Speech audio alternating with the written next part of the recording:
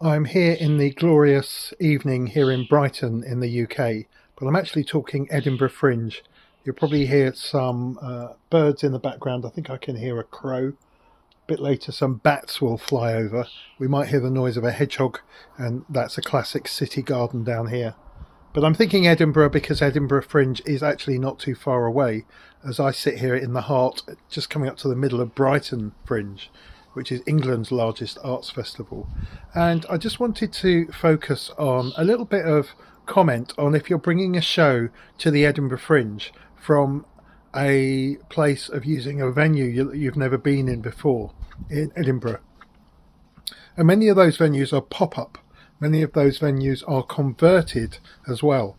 Pop up venues are literally built from scratch. You might find yourself in a yurt. You might find yourself in, actually, it could be a geodesic dome tent. Often what you'll actually find yourself in is pop-up within an existing building, converted university lecture rooms, conference rooms, in hotels, community centres, upstairs in pubs. You know the score if you've been here before. And one of the issues, I think, around wanting to get reviews of your show in Edinburgh is when people have a bit of a shock that the reviews they're getting up in Edinburgh aren't the same in terms of, might be star ratings, as they got back home, for example, in their home theatre. And the danger is that sometimes you have your first launch events at home in your hometown, friends and family come, you get rousing ovations, everybody loves what you do, and then it doesn't happen for you at the same level in Edinburgh, where reviewers can seem to be much more critical and a lot less tolerant. Now, one thing at least that you can do about that is to make sure you're ready to hit the ground running in your Edinburgh venue. And that involves trying before you leave to mimic, to copy, to clone the venue you're going to play in as much as possible. At the simplest level of that, it can be that you just get the measurements of the room. And that's often provided, particularly in some of the more hub venues, the bigger venues in Edinburgh in terms of the number of venues, is when you book that space, you'll find you'll get a technical spec of the room. And that happens even in upstairs pub rooms too. And you can certainly inquire and find out the dimensions of exactly what your performance space is going to be, where the entrances and exits are, how much space you've got off stage for a cast, for storing props that you're going to need during the show. And even you might get a hint, at least with photographs, of the dimensions in 3 dimensions too, which involves, is this a big space with a really high ceiling, for example?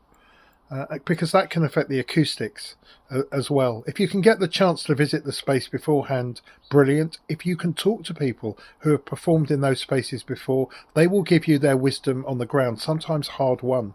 It can be everything from noise bleed. It can be everything from the temperature that room gets to. And the reason I would mention temperature, for example, is if audiences are absolutely sweating, you might want to do a slightly shorter version of your show up in Edinburgh so that people aren't kind of stuck in that heat for too long. It may well also be that you've simply got to adapt. And so one of the ways you can clone, of course, is if you've got the dimensions and you can see where the audience is, you in your rehearsal room back in your hometown can get some tape and absolutely get the dimensions of your performance space and practice so that you go into exactly the same dimensions as the space that you go into. Now, you might have a show that simply can adapt really quickly to the space that it's in. And as you tour from place to place, sometimes groups do have to adapt. But the whole nature of Edinburgh is there are so many shows on. Reviewers rush from place to place, and sometimes, not all of them for sure, are just a little bit more intolerant. And certainly I've heard that from companies. I'm going to say at Fringe Review we're not. But what we are is reviewing the work that's in front of us. And sometimes when you look in your show uncomfortable in the space, that the blocking that you had perfectly back at home isn't quite working in the venue because you haven't been able to repeat what you rehearsed really tightly, then that obviously comes across in how effective that show is as a piece of performance. So where you can and where you should is to get the dimensions as quickly as possible. Now, if you know anyone in Edinburgh and you're not going to go up until your performance, remembering that your get-in might literally be half an hour to an hour, if that, is you could ask them to visit the venue for you, see if you could get them to have a look around, maybe record a video, quite often venues are happy for you to do that. In pop-up venues, they haven't necessarily been built. So look at performances on YouTube that have used the same space as you. And quite often you might find those performances have been recorded, or at least a trailer gives you an idea of what that space looks like. But the idea is to be ready for the venue and to hit the ground running. Now, I would say even if you're doing stand-up comedy, if it's just you, the same thing can happen. If you can get to talk to people that have performed in that space, and some of the wisdom they'll give you is where there's noise bleed. They might say that this is a really, really large space. It's echoey. Quite often when conference rooms are converted with just like black cloth covering the walls, that sound, the acoustics can be really muffled. And that will tell you that you need to push the performance a bit more into the face of the audience, or you might need to go extra clear. You might need to simplify some of the choreography so that the blocking works in that particular space. Some spaces are a bit weird shapes too. There might well be, as I've seen often, and you'll see in big theatres the same, there may be restricted view places, and you might just want to adapt around that too. I think this can be an exciting thing. It's a creative opportunity, but what you don't want to do is arrive and feel that you're out of your depth in your new venue, that you're rushing to try and get things right, that the first performances where you got reviewers in were clumsy because you weren't at home in your venue, that the cast had slight stressiness about them, that things that were really tight in terms of dialogue or movement have gone a bit clumsy because the space itself, you haven't prepared for it. You haven't hit the ground running, and you haven't done all you can to do what you can to get the arrival, the claiming the space, as it's sometimes called, as comfortable and easy as possible. So one of the things you can do, as I've said, is you can get the dimensions of the space. You can get as much kind of insider information as possible on the space, what its strengths are, what its weaknesses are, where its entrances are, where its exits are, where there might be a, say, temperature, noise bleed.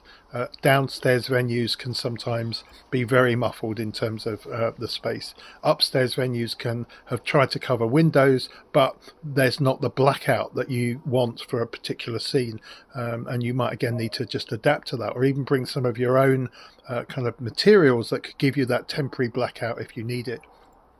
Some venues are friendlier at doing that than others. It's certainly part of it, of trying to communicate in advance what your needs are going into a venue. Now, they quite often say they're there to help you, and they get very busy, and it can be too late to problem solve when you get there. But getting good dialogue, getting a Zoom meeting with the tech people, with the venue itself to say what you need, it's better to go into preventative mode before you arrive. Now, I think your work deserves to be seen in Edinburgh, and it deserves to get the same, or if you've developed it, better reviews than you get in your home city. But don't just assume because your friends and family loved it.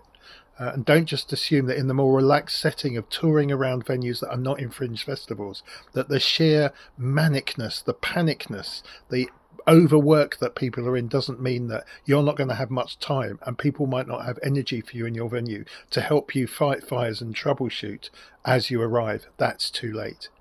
So finally, I guess the checklist, just to say it one more time, is before you arrive, is to have the ability in your rehearsal room to set out the dimensions of your performance space, is to know pretty well what the features are, what the quality of your venue is in terms of its acoustics, in terms of its lighting, its ability to have blackout, its entrances, its exits, noise bleed, not just outside of the venue, but where, for example, if people have built those classically raked seating, that you often get in stadiums and other places, but if it's kind of creaky and if somebody walks in you can really hear their footsteps, making sure you've got everybody in and seated before you start, not having latecomers because it affects the noise. So all the stuff around acoustics is really, really important. And whether the venue is calling forth you to simplify, to cut down, to go in with a bare minimum because your get-in is simply not going to be long enough. If you've got a half an hour get-in, practice that at home. If you've got the dimensions of the venue, practice how quickly you can do that get-in without any problems. But when you get in, is there any way you might want to cut down on props, on set, so that you're not struggling with your get-in? And all of those decisions can improve the chances of you getting the best reviews and the best audiences in what can sometimes feel like a kind of unforgiving, harsher, stressy environment of the Edinburgh Fringe. Good luck.